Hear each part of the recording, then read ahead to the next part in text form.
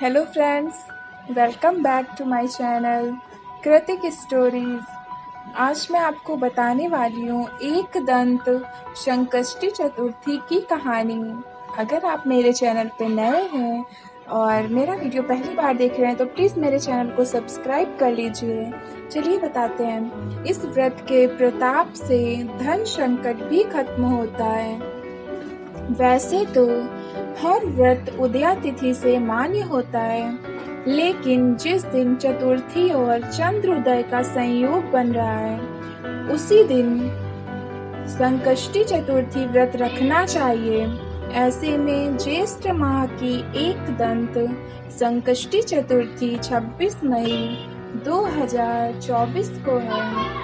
भक्त गणेश भगवान को प्रसन्न करने के लिए व्रत रखते हैं। सुबह जल्दी उठकर पूजा अर्चना और व्रत करते हैं। रात्रि में चंद्रमा के उदय होने के बाद दर्शन कर व्रत का पारण करते हैं। पौराणिक मान्यताओं के अनुसार इस व्रत को करने वाले जातकों पर गणेश भगवान का आशीर्वाद बना रहता है और भगवान की कृपा से उनके बिगड़े हुए काम बनते हैं और मार्ग में आने वाले संकट भी दूर हो जाते हैं। पौराणिक कथा के अनुसार विष्णु भगवान का विवाह लक्ष्मी जी के साथ निश्चित हो गया। विवाह की तैयारी होने लगी। सभी देवताओं को निमंत्रण भेजे गए, परंतु गणेश जी को निमंत्रण नहीं दिया गया। अब भगवान विष्णु की बारात जाने का समय आ गया। सभी देवता अपनी पत्नियों के साथ विवाह समारोह में आए।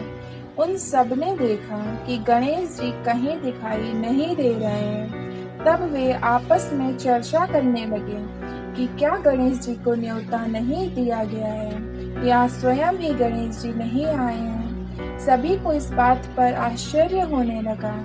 तभी सबने विचार किया कि विष्णु भगवान से ही इसका कारण जान लेते हैं।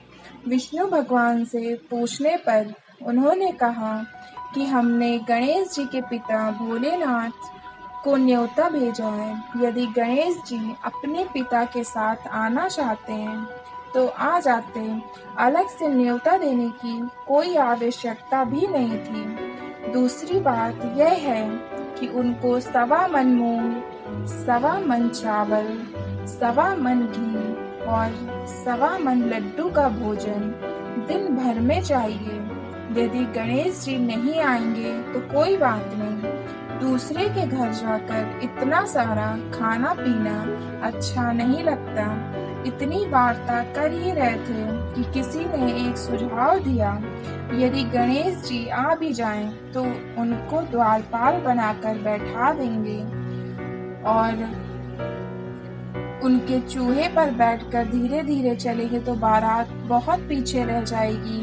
गणेश जी अगर अपने चूहे पर बैठकर चलेंगे तो यह सुझाव भी सबको पसंद आया कि उनको द्वारपाल बना दिया जाएगा। तो विष्णु भगवान ने अपनी सहमति भी इस पर दे दी। होना क्या था कि इतने में गणेश जी वहां आ पहुंचे और उन्हें समझा बुझाकर घर की रखवाली करने बैठा दिया गया। बारात चल दी। तब नारद जी ने देखा कि गणेश जी को दरवाजे पर ही बैठे हुए हैं। वे तो गणेश जी के पास गए और रुकने का कारण पूछा। गणेश जी कहने लगे कि विष्णु भगवान ने मेरा बहुत अपमान किया है। नारद जी ने कहा कि आप अपनी मूषक सेना को आगे भेज दें। वह रास्ता खोद देगी जिससे उनके वाहन धरती में धंस जाएंगे। तब आपको सम्मान पूर्वक बुलावाना पड़ेगा। अब तो गणेश जी ने अपनी मूषक सेना जल्दी से आगे भेज दी और सेना ने जमीन पोली कर दी। जब बारात वहां से निकली तो रथों के पहिए धरती में धंस गए। लाख कोशिश करी परंतु पहिए नहीं निकले। सभी ने अपने अपने उपाय किए परंतु पहिए तो नहीं निकले बल्कि जगह जगह से टूट गए। किसी की समझ में नहीं आ रहा था कि अब क्या किया जाए। अब तो नारद जी ने कहा, आप लोगों ने गणेश जी का अपमान करके अच्छा नहीं किया। यदि उन्हें मना कर लाया जाए तो आपका कार्य सिद्ध हो सकता है और यह संकट टल सकता है। शंकर भगवान ने अपने दूत नंदी को भेजा और वे गणेश जी को लेकर आए। गणेश जी का आदर सम्मान के साथ पूजन किया।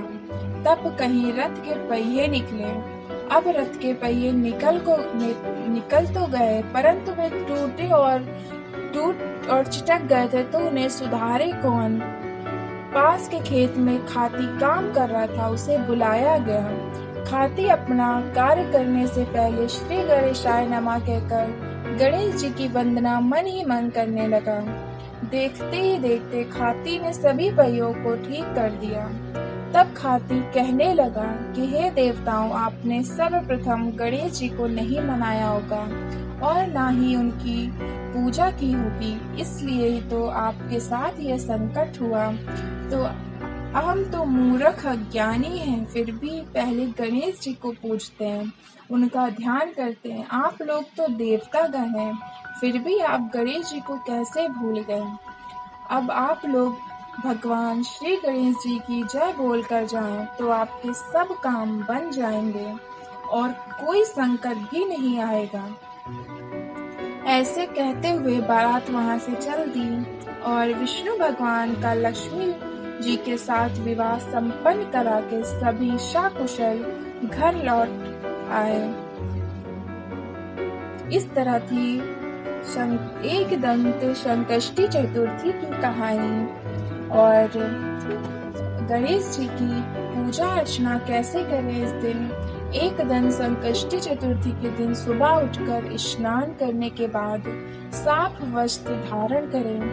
पूजा घर में ईशान कोण में चौकी पर लाल पीला कपड़ा बिछाकर भगवान गणेश जी को विराजित करें। पूजा और व्रत का संकल्प लें और गणेश जी को पुष्प से जल अर्पित करें। अब फूल माला दूर्वा की 11 या 21 गांठें भगवान को चढ़ाएं। अब सिंदूर अक्षत लगाकर मोदक फल चढ़ाएं। जल चढ़ाकर घी का दीपक और धूप प्रज्वलित करें। भगवान गणेश का ध्यान लगाएं। पूरे दिन व्रत करें। सूर्यास्त से पहले भगवान की पूजा करें। चंद्रदेव के दर्शन के बाद अर्घ्य देकर और व्रत का पालन करें।